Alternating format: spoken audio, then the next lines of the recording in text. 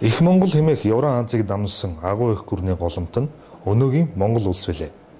Эзэн богд Чингис түүний залгамжлагчдын хурж тогтоосон хязгааргүй их нутаг дэвсгэр мэрэгдэж хэмлүүлсээр үлдсэн энэ.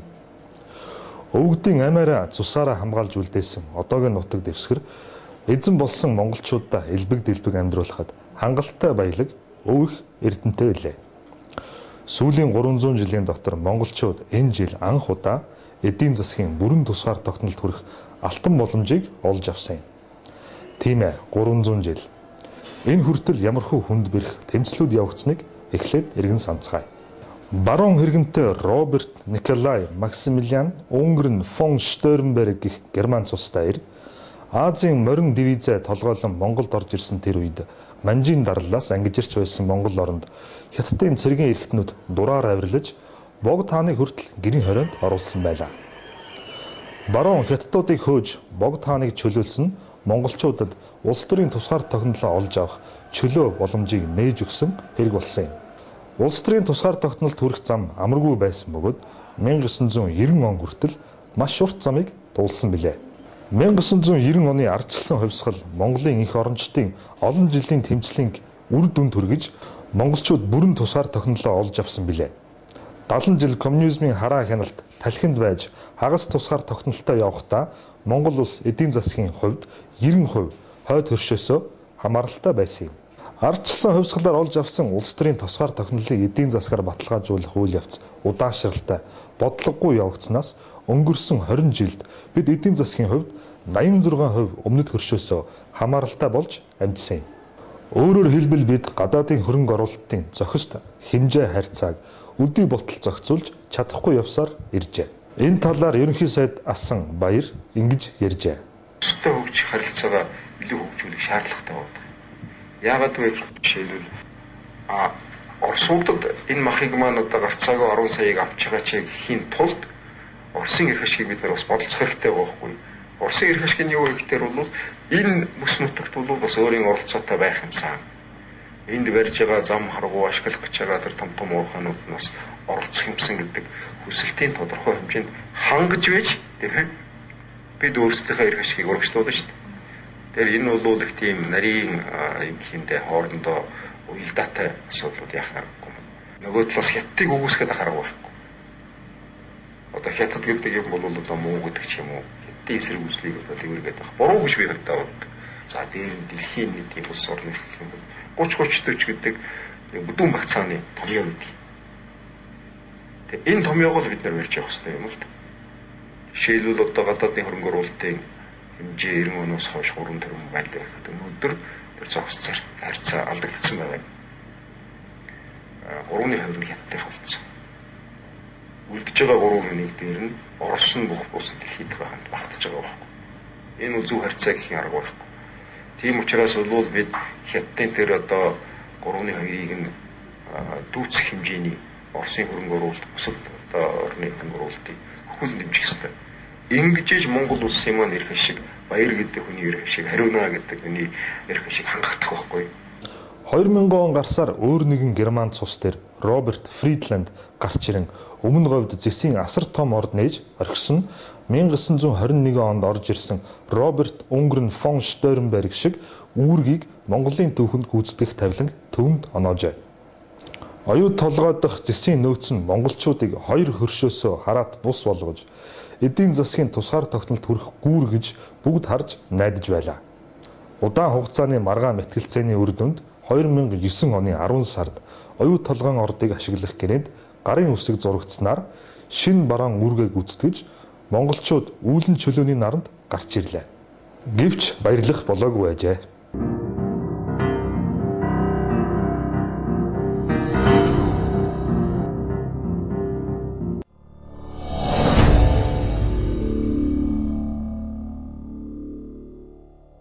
Засгийн газар үйлдвэржилтийн жилийг зарлан жижиг дунд үйлдвэрүүдийг идэвхтэй дэмжих бодлого баримтлан Монгол хүмбэр олборлох салбарын өрөөсгөл үр дагавар түүхийн эдийн 8-ны эрсдэл шинжийг биеэр мэдрэн баялагын хараал гихчээс хэрхэн зайлсхийх тухайга эрэлхийлэн байх үест 2009 оны 100 сайн шандын хүнд үйлдвэрийн цогцлборыг байгуулах санаачлаг Монголын үйлдвэржилтийн дахин төрөлтийн тохиолон гарч ирсэн юм. Цаашид нэмэн өртөг шингэсэн өндөр технологи ашигласан үйлдвэрлэлийг төрөөс онцгойлон дэмжих бодлогыг хэрэгжүүлнэ.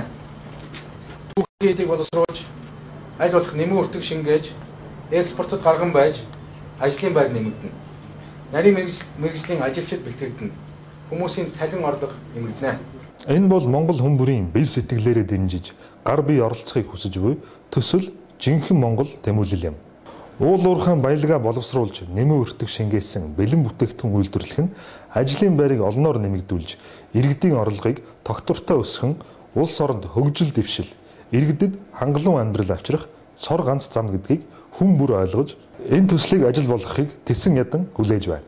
Арагшаага одоо зүүн галт тишээ одоо Орос руу чиглээд тэгээд далайн хэрэг рүү очиод тэндээс Япон ч юм уу Солонгос ч юм уу зүүнэд Азийн орнууд руу экспортлох тийм ээ. Ялангуяа коксны өөрсдөө экспортлох тэр боломж нь бол нээлттэй хоригтой л дээ. Ганцхан улсад биш тий дэлхийн 100 хэдэн орнд л зарах хэрэгтэй байхгүй. Тэгж л бодож байгаа хэрэгтэй. Тэгэхгүй нэг улсын харьяат хамааралд орчгоор ч л ерөөсөө тэр улсын юугаар л явдаг байхгүй. Одоо заавраар. За энийг чи одоо хэдэн төгрөгөөр авна. Тэгэл нөгөө хэдэн атгцсан улсууд чинь тусад нь хэдэн цаас хайчихна. Тэгэл ерөөсөө тэр нөгөө юунд дэлхийн үн тэр мэр ерөөсөө хамаа байхгүй. Тэгэл ерөөсөө тэр чинь хэдэн хүний хармаанд ороод тэр чигээр хамгийн хамтхан үнээр гараад тэгэл дуусчих.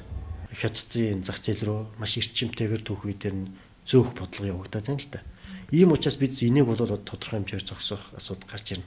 Яг тэгвэл хэрвээ боловсруулж чадахгүй бол энийг бид зорилтоод явах. Сайн шандын цогцлбороос Европ, Хятад, зүүн хойд Аз руу дурын чиглэлд тээвэр хийх дэд бүтцийн асуудлыгч монголчууд өндсөн юм. Шинэ дэд бүтэц төмөр замын сүлжээний нэгдмэл байдлыг хангахын зэрэгцээ монголчуудыг далайн 2 дахь гарцтай болгож 3 дахь хөршүүттэй илүү дотн харилцаа тогтоох боломжийг хангах юм. Төмөр замын тээврийг хөгжүүлэх 2020 онд төслийг манай дээр боловсруулж ирсэн. Тэр үед замын даргад засгийн газрын хөгжүүлж агентлагийн үүргээ давхар гүйцэтгүүлж ирсэн. Төмөр замын хэрэглэх газар гэсэн агентлагийн үүргийг. Тэр үед нарааштай хөдөлж төслийг ярьж байхдаа бол ямар ирээдүйн төмөр замын сүлжээ байх ёстой юм бэ гэдгийг ер нь нэгдсэн сүлжээ байх ёстой.